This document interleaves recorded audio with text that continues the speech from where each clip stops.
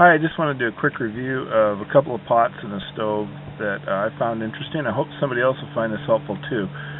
First up is the stove. I don't need to say too much about this. This is a SVEA 123R. It's been around for longer than I've been alive.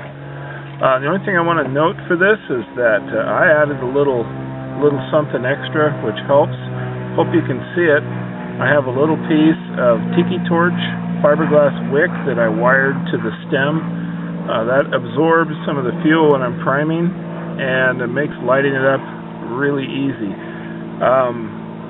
Like I said, this stove's been around forever. It's new to me. I did freeze it in a block of ice, and I even fried an egg with it. Stove works great. Something I want to point out though with the stove is what you hear everybody else saying too.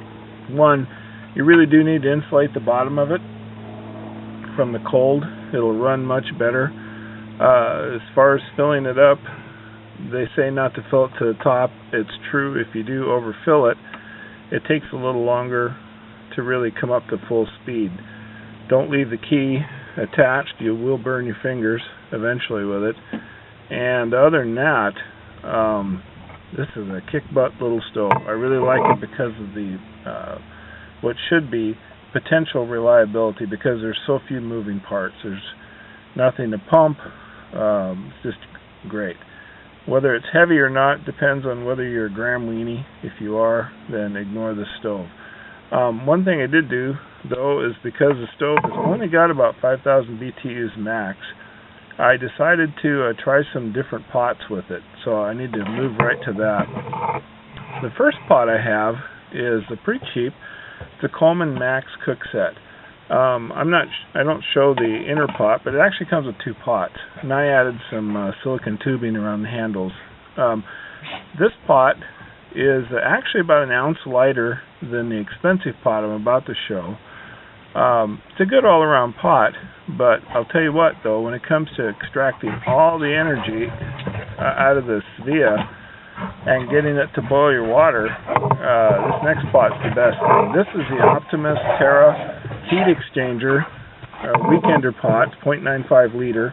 What 0.95 liter means is that the fill mark goes up to 24 ounces. Probably 24 ounces is probably the practical limit, which for me is perfect, because that gives me 2 entrees, since I freezer bag cook, and a good cup of coffee with it. Now the key thing with this pot is that it is much faster when it comes to boiling. On this SVEA, this thing will boil 24 ounces, which is what I consider to be a good number. 16 ounces doesn't mean squat, except for a gram weenie who's out there trying to starve to death.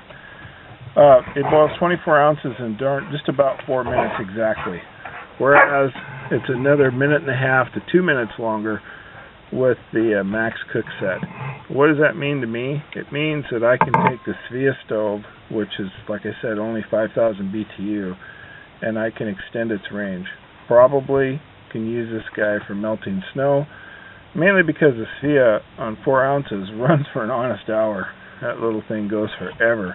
It's very miserly on fuel, and coupled with this particular pot, you make best use of what power the stove can put out. This pot is taller, a little bit taller. Is that a big deal? Depends on what you've got, I suppose, if you've already made a cozy or something for this. And it is about an ounce heavier. Again, I don't really care. What I want to point out is that it's about $30 for this heat exchanger pot, and I think for this particular stove, this SVEA, where you've only got limited power output, this is a good investment. I like the SVEA because the thing is bomb-proof, and I like this pot because it makes best use of the power output. I have some other video clips and stuff of it boiling and frying and whatnot. So there you go, folks. This is a good pot. This is a great stove. There isn't much I can add about the stove because, my goodness, it's been around for,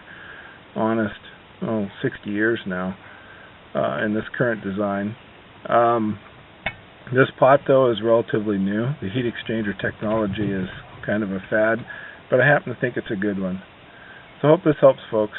Bye.